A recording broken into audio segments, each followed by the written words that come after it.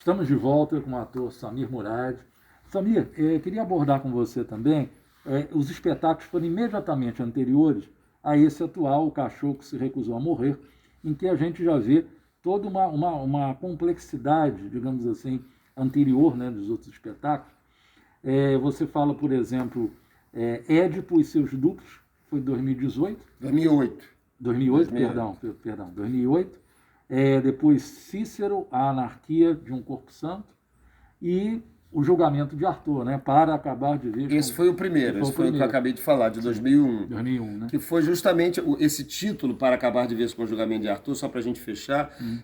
Eu me inspirei num poema do Arthur, Para Acabar de Vez com o Julgamento de Deus, que foi um poema radiofônico que foi censurado na época. Ele não conseguiu fazer isso. Quem fez isso e transformou em teatro foi o Zé Celso Martinez Corrêa, que fez essa peça. E aí eu peguei esse título, roubei esse título bem roubado do Arthur, Para Acabar de Vez com o Julgamento de Arthur, porque a minha ideia original, como eu te falei, era ter pessoas que passaram pela vida do Arthur de forma significativa e dessem um depoimento sobre ele, enquanto ele também passeava por essas pessoas, né? O Jean-Louis Barrault, o Gaston Ferdier e a Anais Nin, como eu falei.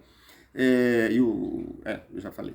E o Édipo, e aí tem essa história, e o Arthur era um aficionado por mitologias, ele traz isso muito para a obra dele, inclusive sobre o Sêneca, que tem uma versão do Édipo, que foi meu ponto de partida para investigar a genealogia do Édipo, que foi um trabalho também muito artodiano do ponto de vista que a gente usava manequins, o Arthur falava de manequins que fossem duplos do ator, né?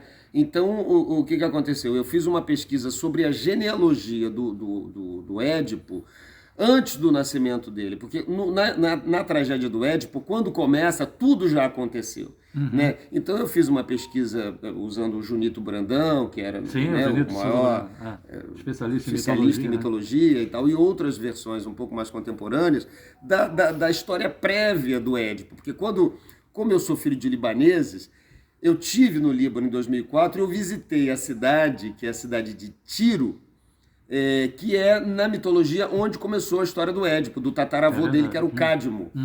Né? E aí eu fiquei fascinado com isso, né? Falei, não, aí fui estudando o tataravô, o bisavô, o avô, o pai, até chegar no Édipo, para entender por que esse cara teve essa história de matar o próprio pai e casar com a própria... Por que essa maldição caiu sobre ele, né?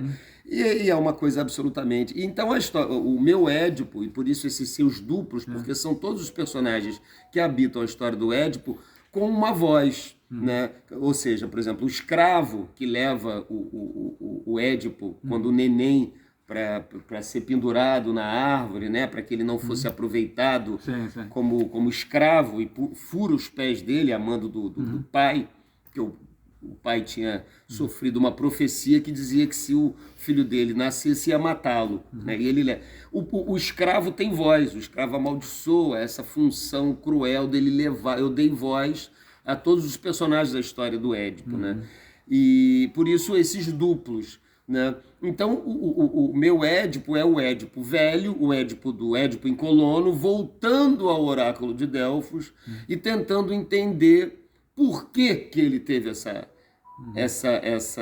esse destino tão cruel. E aí a gente também se utiliza de licenças poéticas e ele faz como se fosse uma constelação familiar, ele visita os personagens que habitam dentro dele, que é o Édipo criança, que é o seu pai de criação, a sua mãe de criação, o próprio pai que ele incorpora como se fosse uma entidade que se apossa dele e lhe fala as verdades. E que não deixam de configurar também a nível inconsciente como duplos do próprio Édipo. Duplos, né? Do próprio Édipo. Édipo. Você estava me falando, quem utiliza muito essa expressão do duplo é o Freud naquele texto Estranho. Sim, quando ele está, por exemplo, no trem e de repente ele tem uma visão, ele olha assim, quem é esse senhor? Né? Ele tem uma reação de repulsa em relação à própria fisionomia dele. Ele fica depois assim, não, mas não é minha fisionomia, é alguma coisa que existe dentro de mim. Freud, que eu desconheço, ou faço questão de não querer conhecer. Exatamente. E que está vindo à tona agora. Exatamente. Então... Você matou a charada, é isso. Esses duplos é um conceito que o Arthur desenvolve, né? e que eu vou beber nessa fonte para poder desconstruir um pouco esses mitos, né? E o Cícero, por sua vez, o Cícero, Anarquia de um Corpo Santo, que eu queria falar de um mito brasileiro também. Né? Eu conheci um pouco o Cariri, a região do Cariri, que tem uma mítica, toda a parte do resto do Nordeste, né? Juazeiro do Norte, Crato, aquelas cidades todas que fazem parte da região do Cariri, que é um oásis, por isso desenvolveu-se de uma forma à parte, né, do resto do Nordeste.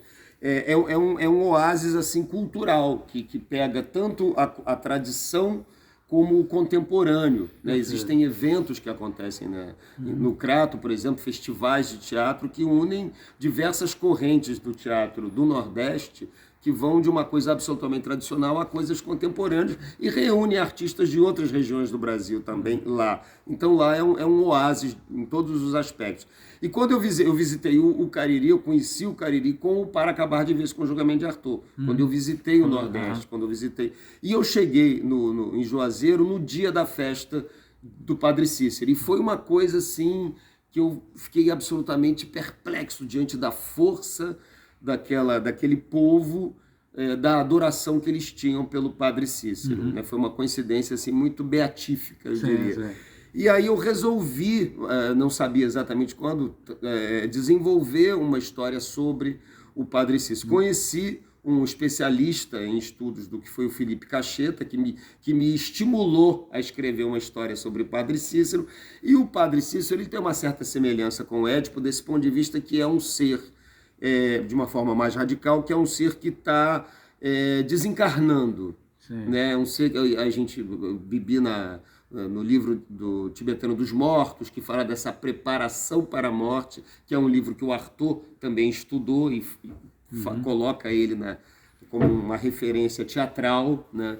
E usei também o Butô, que é uma dança-teatro japonesa que surgiu depois da guerra, que fala também da morte, né? Então, só que o Butô, ele não tem texto, ele é só corpo. E eu fiz essa interseção de utilizar o Butô de uma forma pessoal, até porque o Butô ele é uma dança que trabalha com as suas próprias expressões, que nascem do seu próprio inconsciente também, para desenhar esse Cícero, que não tem nada a ver com aquela figura do Cícero, de cabelo branco, com o cajado e tal, não é aquilo, né? É um ser meio cheio de trapos, né, que está nesse momento entre o desencarne, nesse momento do desencarne, ele faz uma retrospectiva da sua vida. Um pouco a semelhança do que o Édipo faz quando volta no oráculo, né?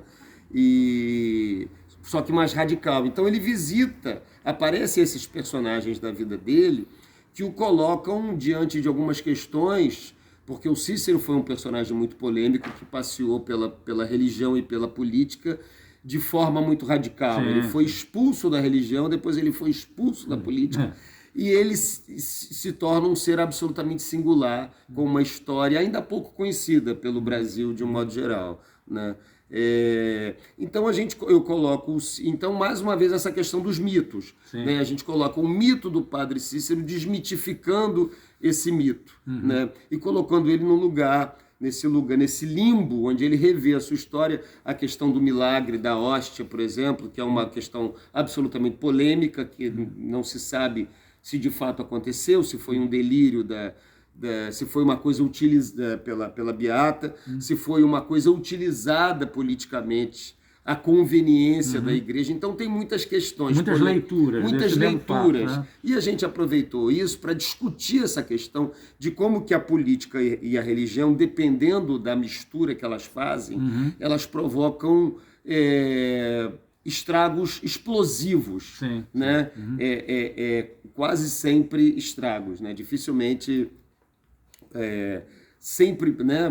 E a gente faz inclusive uma ponte com o próprio Islã, né? Que é uma religião que interfere muito diretamente na política do seu próprio povo. A gente trouxe isso para o Brasil, né? Através da história do Cícero, né? Daqui a pouquinho vamos falar, até retomando essa questão que você abordou agora no finalzinho, nesse novo espetáculo que você está no Teatro Brigitte Blair.